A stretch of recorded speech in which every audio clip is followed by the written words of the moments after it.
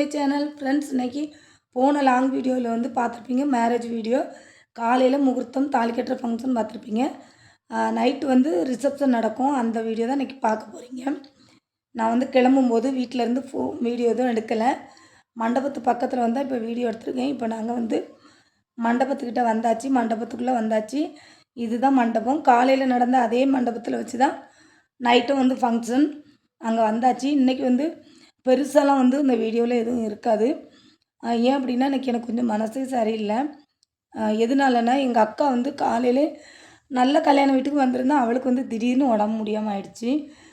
எங்களுக்கு வந்து அது ஒரு மாதிரி இருந்துச்சு. அதனால் எனக்கு கல்யாண வீட்டுக்கு வர்றதுக்கே விருப்பம் இல்லை.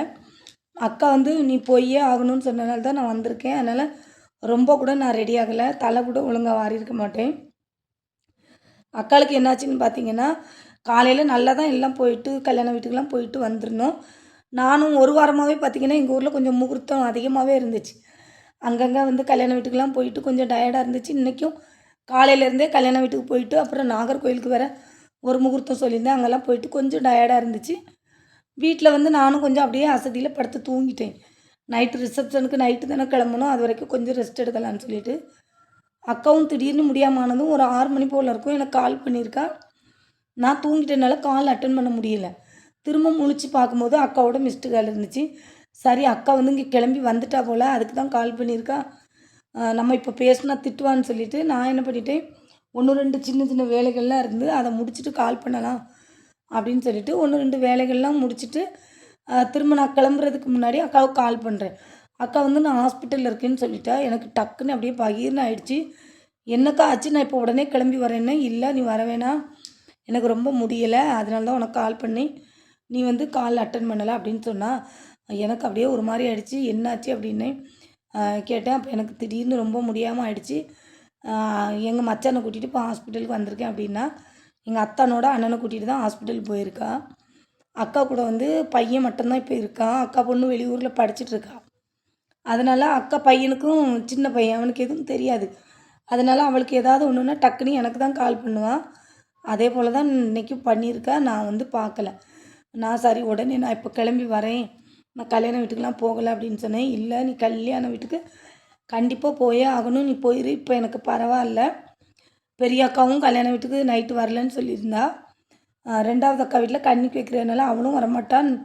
எனக்கும் இந்த மாதிரி ஆயிடுச்சு, நீயும் போகாமல் இருந்தால் நல்லா இருக்காது, அதனால் நீ போயிரு அப்படின்ட்டா.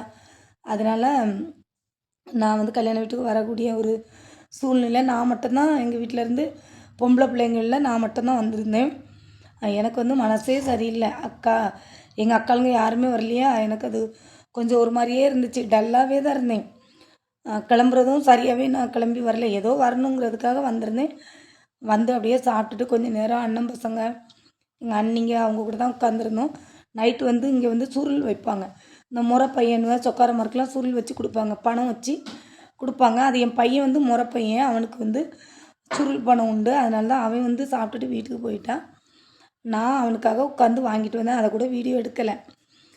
இப்போ வந்து வீட்டுக்கு நான் வந்துட்டேன். இது வந்து இனி இது வந்து அடுத்த நாள் மறு வீட்டுக்கு பொண்ணு அழைப்பாங்க. அதுக்கு கூப்பிட்ருந்தாங்க. அதுக்கு கிளம்புறப்போ எடுத்த வீடியோ தான் இது. இதையும் அந்த ரிசப்ஷன் வீடியோவோடய வந்து இது பண்ணிட்டேன். ஏன்னா கம்மியாக தான் இருக்குது. அதனால் இப்போ வந்து நான் மறு வீட்டுக்கு போகிறதுக்காக தான் ரெடி ஆகிட்டுருக்கேன்.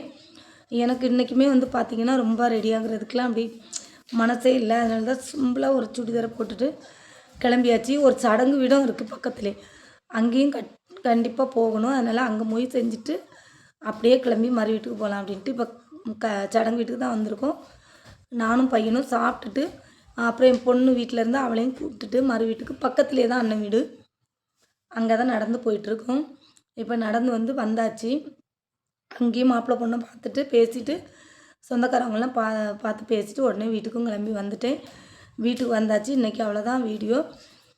நெக்ஸ்ட்டு இன்னொரு வீடியோவில் சந்திக்கலாம். அது வரைக்கும் பாய்.